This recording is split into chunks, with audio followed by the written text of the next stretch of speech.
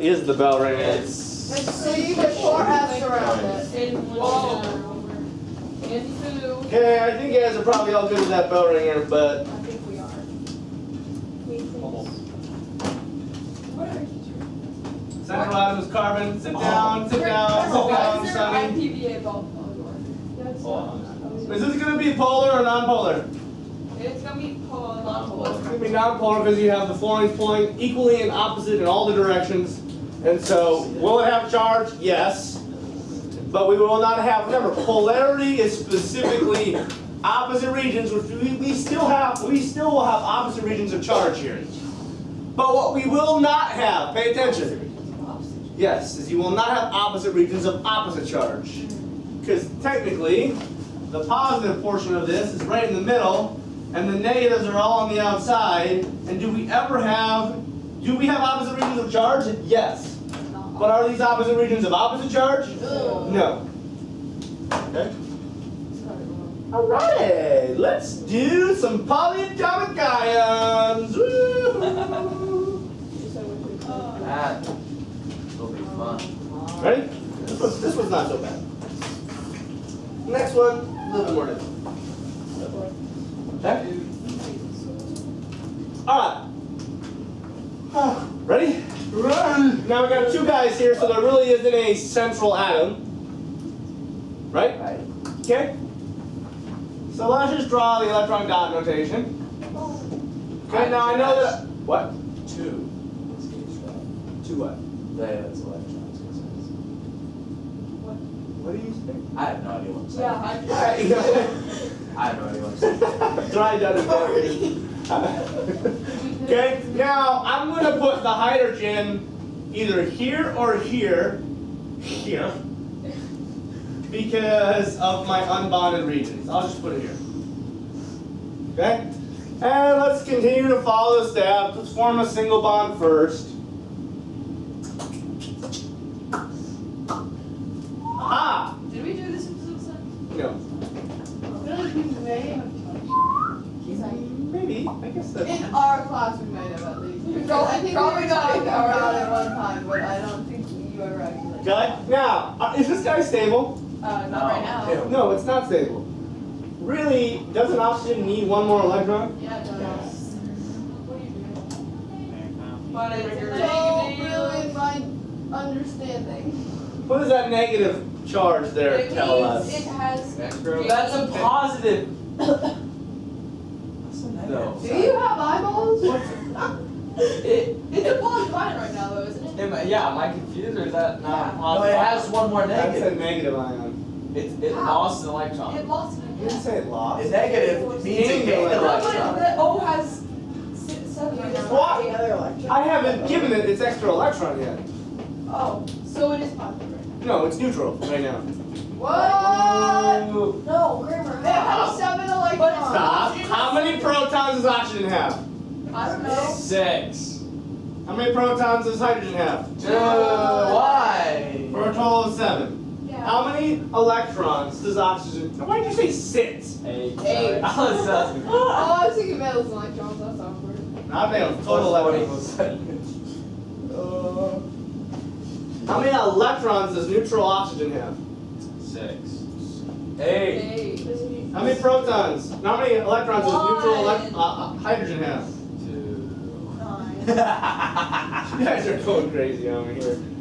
Okay, so I haven't added or removed electrons here. Now, these dots only represent the valence electrons. Remember, there are non-valence electrons here that we have not wrote dots for. Why did you put a plus minus next to Because this was referring to protons, this? Okay, got you. Yep. and this was referring to electrons. Okay. Alright?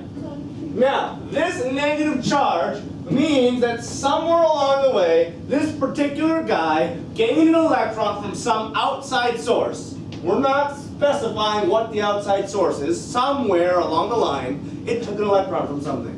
But it hasn't. It hasn't yet, because I haven't written it in, but that's why I'm trying to tell you the why I'm about to write an extra electron, so you don't think, oh, Mr. Kramer just says you can put electrons wherever you want.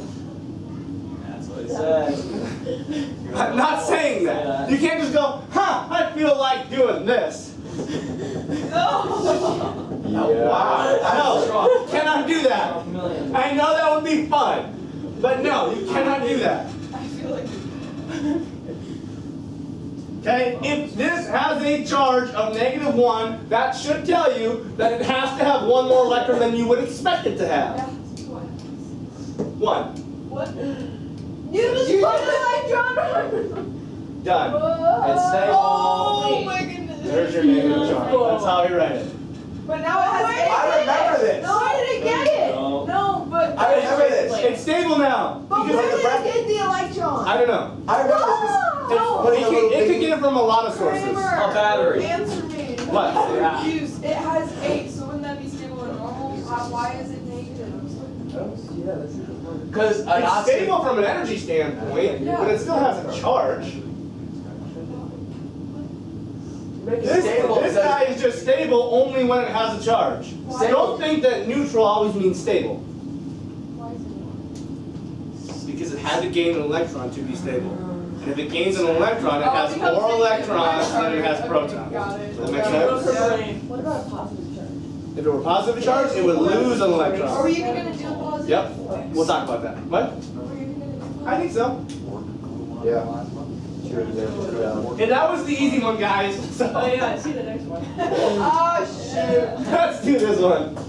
So what does this tell you? There are 2 electrons that you need to add in later. Yes, it will have gained 2 electrons from some outside source. And guys, there's a bazillion things that could have given it an electron.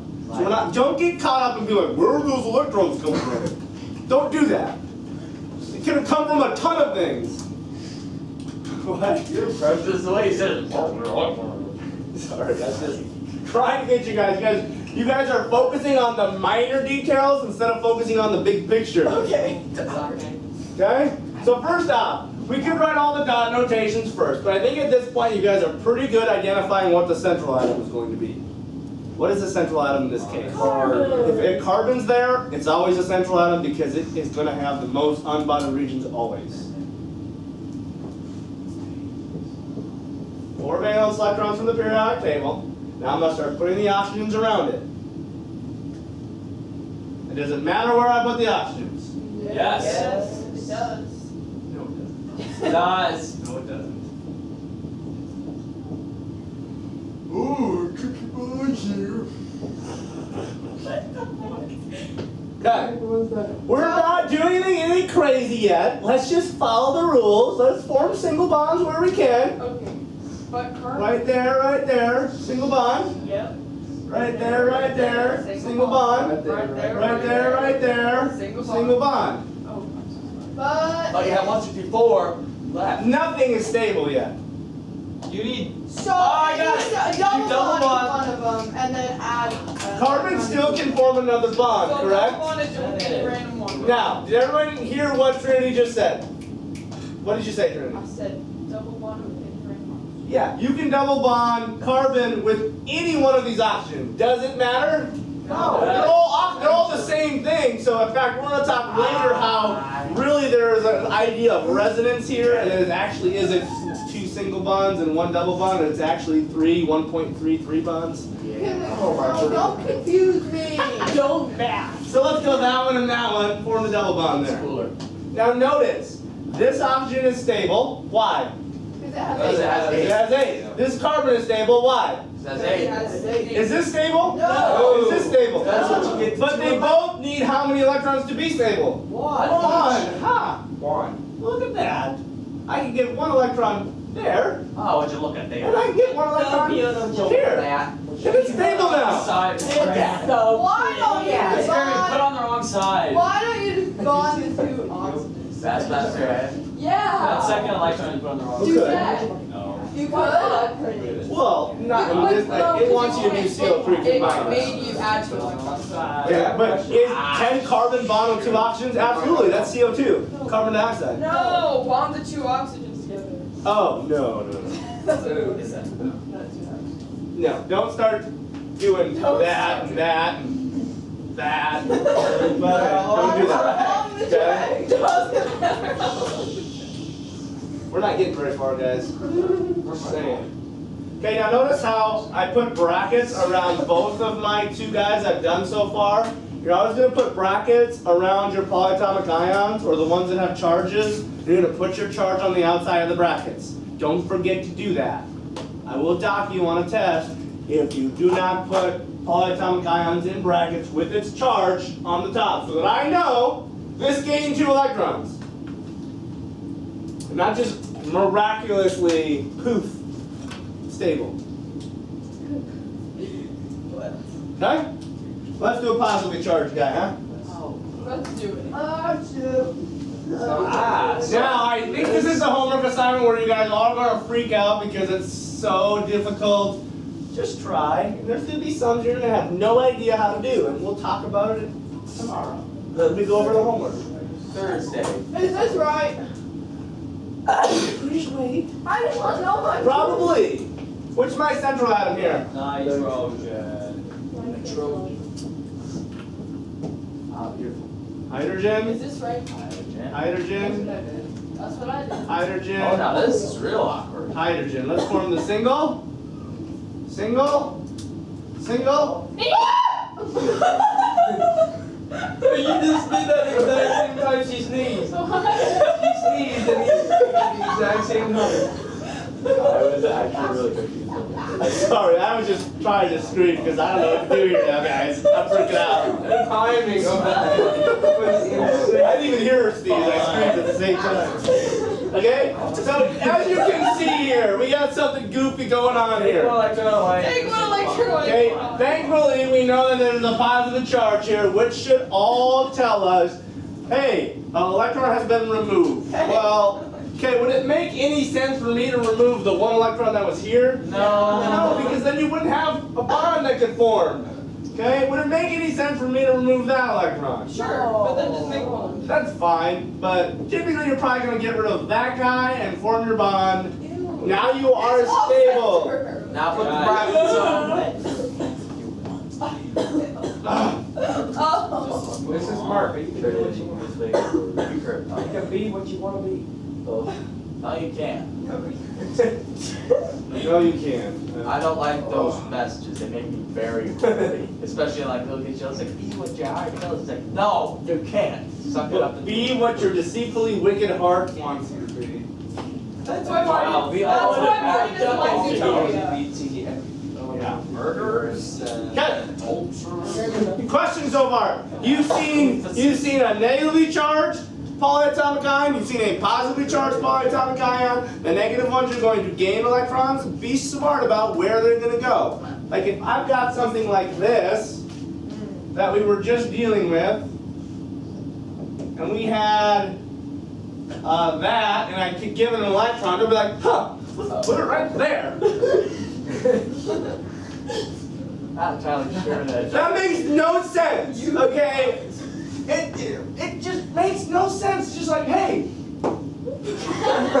Makes no sense. Now that is Okay, very please put it equal. where it makes sense. Where does it make sense? Right there. That's the best. Okay, this does not make sense. That is very strong. Nor does this. By the nucleus. Okay, just. I see it all, guys. I see it You all. on that actually though? Alright. Formula unit. Okay, you remember when we had compound way back in chapter 2. We said compound can actually break up into 2 things, a molecule and a formula unit. And you remember on your quiz, I was like, there's a I did something wrong, and I said technically this would not be called a molecule, it'd actually be called a formula unit. Just don't abbreviate it, please. What? Okay? Sigh. Okay, now, difference. Molecule is covalently bonded. Formula unit is ionically bonded. Simple. We were just studying. Everybody? Okay? Now, formula units or ionically compounded things act differently. Covalently bonded things have distinct molecules. They have distinct groups of things. Now, do those water molecules get attracted to other water molecules and form liquid water and solid water? Is that possible? Yes. Ionic compounds form these huge megastructures. This is why almost all ionic compounds are solid in their natural form, because they're extremely strong. So what you don't see is any distinct particle. Like if I got sodium chloride, there's this sodium ion, chlorine ion, a sodium ion, a chlorine ion. Notice how the positive things are next to the negative things, and the negative things are next to the positive things, and what you see is an absolute megastructure Forming enough to be a salt at some point. Oh! Ah! Vegetable! I actually. I like this. Okay, this would actually be one of the building blocks of NaCl. Now NaCl is way bigger than this. This would be just a very small portion of what NaCl would look like. Now, I'm curious, the black ones, which ion would they be? And sodium. Chlorine would be smaller radius. Chemistry builds. There it is. Okay? Now, could I make this really big? Like, if subatomically, you wouldn't be able to see this. This is too small. So, like, if you got one little salt particle, it'd probably be like this, filling the whole school. And that would, at a subatomic level, that's what it would look like. Because remember, really, really small. We just blown it up a whole bunch here. Okay? Alright, now you should remember this from physical science. We are going to show how ionically bonded things form. Okay? Now, this is, we're not going to get all crazy in this, but we're not going to do Lewis structures for these guys because they don't share electrons. What do? Give and take.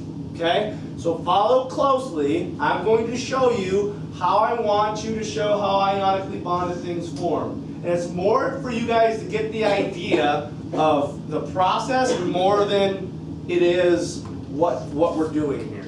Okay? So please follow along. Here's what I want you to do. Okay? First thing you're going to do is you're going to write the electron dot notation of the two guys. Calcium has how many electrons? Valence electrons? 2. Okay, I'm going to put a little plus sign. Fluorine has how many valence electrons? Oh yes. 7. Now, remember that ionic compounds, the cation, or the metal, will give, and the non-metal will take. Well, if you look up here, calcium wants to give off 2 to be stable, and fluorine can only accept 1. So how are we going to manage this? Add a fluorine. Add another fluorine. So here's how we show this. You're going to, in order to get full credit for these on the quiz or test, you are going to need to show where the electrons from the metal, where they are going. Remember that? Yeah. Electron from calcium, one will go to one fluorine, one will go to the other fluorine. So that's how you write it out. We're not done yet. This is then going to produce ions, right? If I give electrons and I take electrons, doesn't that create ions? What is the charge of calcium? Positive. Be more specific. 2 positive. Both fluorine. Okay, so guys, it is this positive charge and the negative charge that the fluorine has, that's what holds these guys together in this. Now, this would be a 1-to-1 ratio where you have one positive and one negative. If it is a 2-to-1 ratio like it is here, it would look a little different. It'd be more like a diamond shape versus a square shaped crystal. Okay? Oh, if you turn it on one side, it's But what I'm saying is there's not one for every one. Here there would be 1 calcium for every 2 fluorine, so it's going to look a little different from that, won't it? Okay? So I'm going to show the fluorine with a full octet. -1 charge because it gained how many electrons? 1. And notice I didn't put the fluorines next to each other. Why didn't I put the fluorines next to each other? Because They would repel. Okay? Now there is a specific way these guys would arrange themselves so that you would maximize the attractive forces and minimize the repulsion forces. We're not going to get into that. Couldn't you write it like side to side too. Like I'm Yeah, doing that. You could. Now, here's what I expect for every one of these. Okay? I expect your metal and your non-metal. Depending upon, you might need more metals than non-metals. What if you had oxygen with sodium? You'd have to have another sodium and only one oxygen. Okay? So you need to identify where the electrons are given and who's taking it. You must have these arrows. If you don't have these arrows, I'll dock you. If you do not have their charge with the brackets, I'll dock you. If you do not have a full octet around chlorine, I will dock you. Now, why don't I show a full octet around calcium? Because it gets lost. It lost, but doesn't it still have a full octet? Yeah. Doesn't calcium lose, drop in energy level, and still have a full octet and be stable? Yes, but I just am not going to show that because we know we're giving. Okay? So this is just a vocab word. The structure that is formed, the formula unit. Okay? This, notice how it's very orderly. This orderly arrangement is called a crystal lattice. Okay? So this would be, this orderly arrangement here of ionic compounds is a crystal lattice. It's far more ordered than covalent is going to be because covalent is distinct particles. Here we have this big grain, solid grain of stuff here. It's not just one, I mean, you could say that this is one individual particle, but it's not a group like H2O would be. Okay, or CO2, or CH4. Okay? So do you guys have another one in your notes or no? No. So that's the finished product right there? This would be the finished product. Let me do one more. I know time is running out. Okay, let me do one where you've got more metals than you have non-metals. So let's say we're bonding nitrogen with potassium. Okay, we know potassium can give off one. Now potassium's stable, but that nitrogen is not. So what would I need to do? Add 2 more potassium. Add 2 more potassiums. Don't leave. Now, is that nitrogen going to be stable with 8? Yeah. So you would have your nitrogen. It's got a full octet now. What's its charge? -3. Okay. Or 3, 2 minus 3. And I'm going to put the potassiums around it so that they're not very close to each other. Now I want you to quickly explain something to you. Later on, we're going to write formulas for these guys. And the formula for this would be K3. You guys remember writing formulas? Okay? This is why this formula is the way that it is. Because you have to be stable. And so what we're going to do later is we'll eventually use a quick way of writing the formulas. We will not write all this stuff out. You need to be able to realize why this formula is the way it is.